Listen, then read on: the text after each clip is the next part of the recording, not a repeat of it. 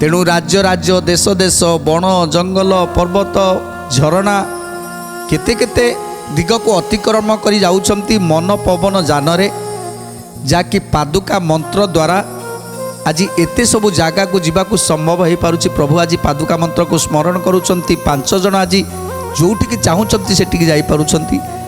सबुटी केवल तन्न तन्न करी खोजुछंती। रात्र दिवा ये सबू जमिति समान हो जाइछि। ना खाइबा अच्छी ना पीवा अच्छी ना शोइबा अच्छी। केवल केवल कोउठी से मणि मिलिबो से मणि अन्वेषण रे आज 5 जन खाइबा पीवा भूली जाइछंती। खाली सेथिपाई नुहे आज जो माने ताकू भल पाउथिले से माने आज ताकू घृणा करूछंती। तेणु से घृणाटा पुणी भल पाइबारे परिवर्तन करिबा पाई आज एते कष्ट। तेणु आज एते कष्ट करूछंती खोजुछंती से मणि कोउठी से मणि किए नेला से मणि।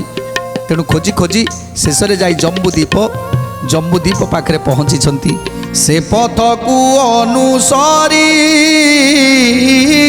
बहु दूर गले से पर्वत तले एक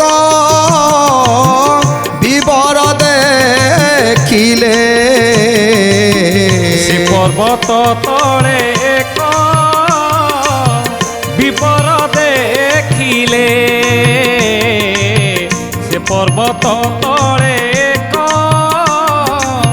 विवर देखिले।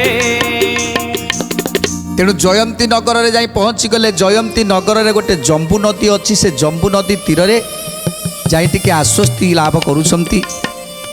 5 जन प्रभुंको सहित आज 4 जन समस्ते मिलमिशि बसिछंती गोटे जगार। से नदीर निकट रे नदीर नैऋत कोणर किछि बाट छाड़ीदेले गोटे विवर अच्छी गोटे गुंफा अच्छी। आउ से गुंफा जाई कहीं केते दूर पर्यंत लंबी जाइछि।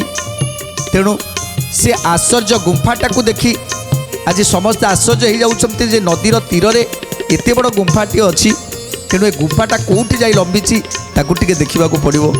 सप्त पाताल पर्यन्ते से विवर गटी ईशाने वक्रहीन उत्तर कुफुटी। ईशाने वक्रहीन उत्तर कुफुटी। ईशाने वक्रहीन उत्तर कुफुटी। से द्वारे अछई जान अक्षय जे बट तार प्रसाद देह हुई अतुट। तार प्रसाद देह हुई अतुट। तार प्रसाद देह हुई अतुट। से विवर गोटी जमिति 7 ताल पाताल भितर जाई पहुँची। तेणु से द्वार निकट रे गोटे बट वृक्ष अच्छी। से बट वृक्ष रे गोटे चौरा होइछि। आउ से चौरा निकट रे थरे बसीगले सबु भोक शोष सबकिछि उभेई जीवो। एते सुंदर चौराटी। आउ ऊपर जो गछटी अच्छी कल्प बटटी अच्छी। से बट वृक्ष को देखीदेले बट वृक्षर मृदु मृदु पवन जेमिति आखिरे निद आसी जाए। तेणु से दुआर मुह पाखरे से बट वृक्ष अच्छी। से बट वृक्षर चारिपटे चौरा होइछि। से चौरा पाखरे समस्ते जाई बसिले। से विवरटा केते बाट लंबीछि ताकू चिंता करूछंती जे विवरटा को जाए लंबीछि। तेणु विवर भितर किए अछंती। एते बड़ विवर भितर निश्चित केही थिबे।